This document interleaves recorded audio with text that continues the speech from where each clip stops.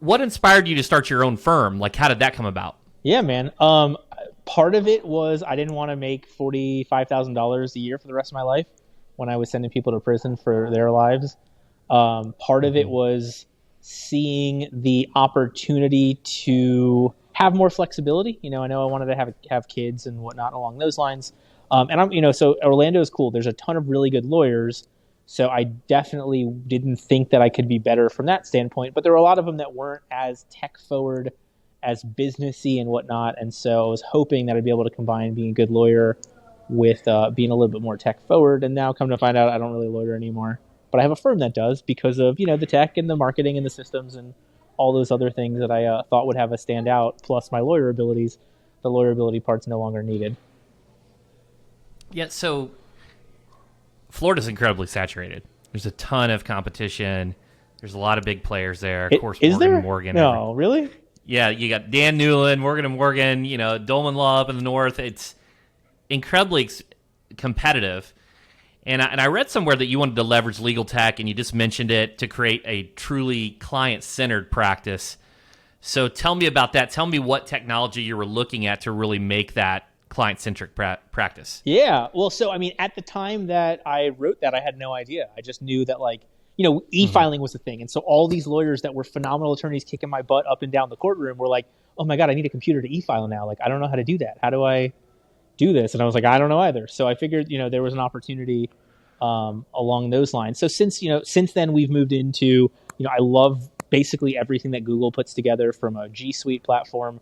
There's a couple, we use Lawmatics as our CRM. There's a number of different CRMs that work out very well. There's a lot of the cool case management systems out there that put that stuff together that allow you to just have that replicability over and over again, so you can tweak things to be profitable, so the clients get similar experience, and then you really get the time to shine on a individualized and personalized basis. A lot of times when I think of leverage, and we're talking about labor leverage, you're talking about technology specifically in this client-centric approach, I would think maybe you wanted that high touch, shaking the client's hand. So how did you weigh, the pros and cons of tech versus the actual human? I know there's a lot of costs involved, cost benefits, but how did you weigh those pros and cons? Because also I wanted to ask you about, this journey where I know for you, the attorney speaks to the client throughout this journey, where a lot of times it gets passed off. Yeah, man. And look, for me, it's those things are not mutually exclusive. They actually work together. If you're not spending 30 minutes to edit a contract, if you're not calling a client 27 times to, shake them down for an e-signature or on a document or whatever it's going to be, then you have that time to be personal. You have that time to truly listen to them, to truly talk to them, to truly help them through, from a PI perspective, finding the right provider and what to expect when they're going in for injections, or what an MRI is going to look like and feel like, and all those things, because you're not doing a lot of the, for lack of a better term, bullshit administrative stuff that we have to do to run a business. So I guess you gain a lot of efficiencies. So we're all looking for that utilization rate to be improved. I know PI thinks about it a lot differently because we're all on contingency, but still, that factors into your profit margins and how much you're going to make on the case. Sure, and the client only has one case. So if you're sitting here with 10 cases, 100 cases, 1,000 cases, they're the one. So they don't care that you're averaging out these things. They care about how they feel. And then the more that you turn them into a referral source or repeat business or them coming back to you, then you're saving marketing spend. They know what to expect. They're talking you up well to future clients having been through the process. I mean, it's just this flywheel. As much as that's, I think, an overplayed term, it really does hit the nail on the head this spot. I don't think that we've talked enough about the flywheel, so I'm going to kind of ask you to expound for our audience, because I know where you're going with this in terms of referrals, but explain to me what you think of a flywheel. Sure. So let's go to Jim Collins' Good to Great, right? We've got this giant oversized wheel, and you push on it, and guess what? Nothing happens. And you keep pushing on it, and nothing happens. And you keep pushing on it, and then it spins slowly. And you push again, and it's faster, and it's faster, and it's faster. So, that the $5,000 case today, that client becomes a referral source for a $5,000 case tomorrow, is now worth $10,000 over the lifetime value. And then you can spend that money on more people, and you can spend that money on more ads, and you can spend that money on more content. And you can, you have that opportunity to get more clients, to then maximize the value of their cases and turn them into referral sources. And it just, it builds and builds and builds. And so suddenly you've got that flywheel spinning, spinning, spinning, and spinning. Even though every push didn't do much, it was just enough to keep it going on its own.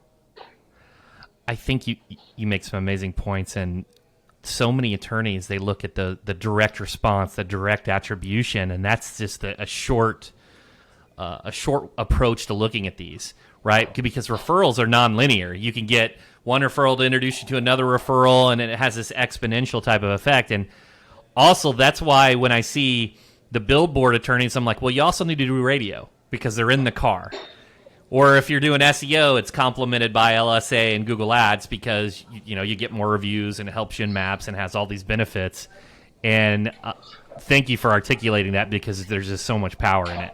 Yeah, well, and look, I'll share. I have no secrets. Like when you are let's talk about referrals just because it's easy for this conversation.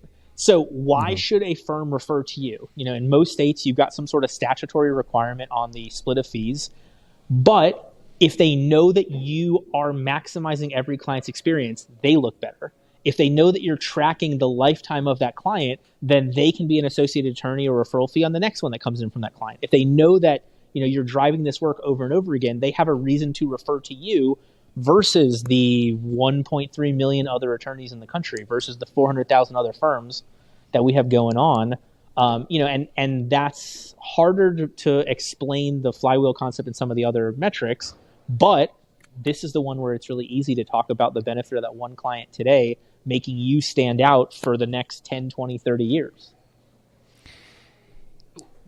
I've always wanted to know this because there's so many different types of firms. If we're getting binary, we're talking about, the settlement, the negative connotation, like the settlement mill, and then you've got the litigating firms, and you got some hybrids, but then there's this new firm that's been created recently. It's the referral firm. And the thing that I've always wondered, and I wanted to hear this from an attorney's perspective, is how they kind of lose out on the referrals and the reviews in terms of that nonlinear, growth. How do they approach that in terms of reviews? How does that work? I've always wondered. I just feel like that's such a huge loss in terms of the power of that review. In terms of for the loss of for who? Well, I meant if a firm was originating the case, right? They did the marketing, they generated the lead, they referred it to someone out of state. Oh, the referring out part. Gotcha. Mm-hmm. I mean, look, this is the beauty of being a lawyer, and probably it applies to doctors. There's a specialization aspect of it, right? So, like, would you rather have 20% of a watermelon or 0% of a grape? Or 100% of the grape, whatever it's going to look like. You've got this opportunity to get the client into the right hands. So the client comes back to you for the stuff that you do, for the stuff that you can send to other people. You get a financial incentive of it. And look, to the extent of reviews, maybe there's a way where you get the client to have such a good experience to leave a review for both firms. But ultimately, that firm, sends you back business law cases, and hopefully you get some extra reviews from that because they're talking you up. Like there's it's not really an economies of scale thing, but there's a specialization of the client's experience that makes them more likely to leave a review for the thing that firm does over and over again that works in both directions to maximize their exposure. So that would be, non-competing attorneys, right? So different areas of the law in terms of that reciprocity. You said maybe a business attorney gets a PI case, or, would that work? How would that work for, say, physicians? I guess you would refer to them, and then, I don't know the exact legal ramifications and what you can and can't do it as an attorney because I'm not an attorney myself. So from the physician thing, I just mean like, look, if you're a brain surgeon, a heart surgeon who's as good as you but does the heart stuff. Where like for financial advisors, yes, you sell this stock versus this mutual fund versus this, life insurance policy. There's not going to be as much of a difference. But from that lawyer perspective, and even inside a PI, maybe you've got a firm that does really good on the low-level soft tissue. They're a high volume. You've got a firm that does, a high touch when there's some sort of product liability case. The brakes didn't work. And there may be a back and forth referral basis because it's not worth the larger firm's time. But in the other case, it's not worth the knowledge base of the larger firm to go with the more specific case. So you can get, look, man, you're the king of niche, right? You can niche this all the way to niche up each individual firm based upon the client's experience and the ultimate resolution. Yeah, thank you for that. That's where I was going in terms of the trial attorneys too. They're the ones that are known for their specialization because they can go deeper and provide more value. Same for the physician who is an expert, and every brain surgeon had their first brain surgery. But there's a perception there that they are an expert despite the number of brain surgeries they've done. The other thing is, you really practice what you preach. So you got over 150 reviews, 4.9 rating, amazing review rating. And I read somewhere where you have 90% of your cases come from referrals. So out of that other 10%, what's the marketing mix look like? Because I've heard in some cases where referrals, it's like feast or famine. You can't depend upon them. So where does that other 10% fall in terms of growing your firm? So I'm maybe the wrong person to ask this, or maybe the right person. So I've got the marketing company for lawyers. So that other 10% is us like trying out new random crap and seeing what clicks.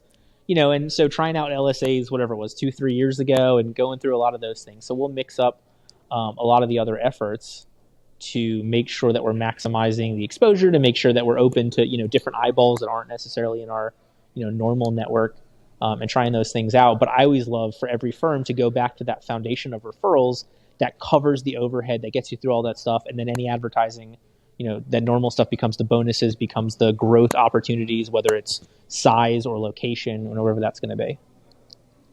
I have to imagine that's where you're getting just extremely low cost per acquisition in terms of those clients is from the referrals. And so some of the big advertising firms that I work with, they're shooting for those numbers. Depending upon the channel, they'd be happy with $1,000 case acquisition cost, but where you're getting under $1,000 is from those referrals or from the brand, from that flywheel that you're talking about.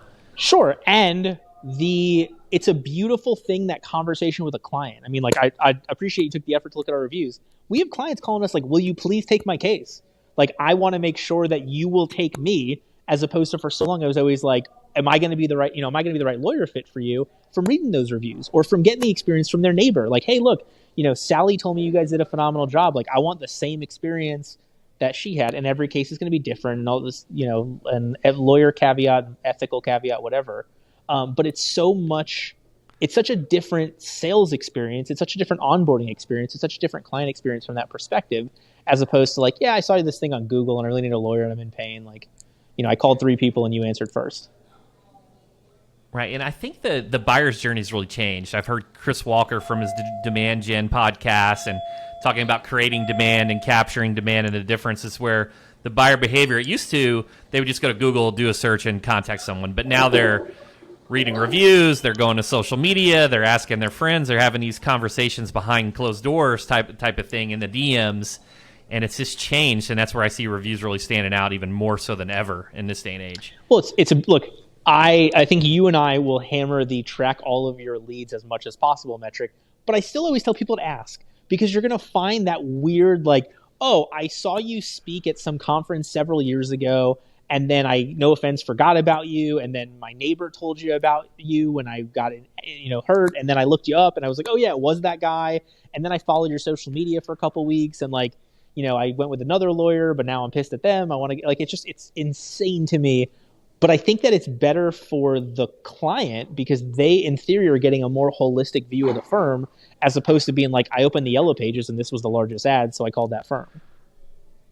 I couldn't agree more. And one of the best things that we did, and I would recommend a lot of firms do this, is on your contact form, just put, how did you hear about us? And let them type it in. And just start to aggregate that data, and you kind of get a story. You start to understand how these individuals are truly finding you, as opposed to, I know I see a lot of firms, they'll just do the pre-selection. They'll say social, Google, and they force them in, they pigeonhole them into those options as opposed to letting them tell the story. Totally. Well, and you have the ones where like they posted in a local Facebook group and one of your prior clients said you were a great option, and then they Googled you and then they called you and they're like, oh, I found you through Google. And you're like, no, you found me through a direct search from something else. But don't be a jerk to your clients when they're giving you slightly bad information about what they were doing.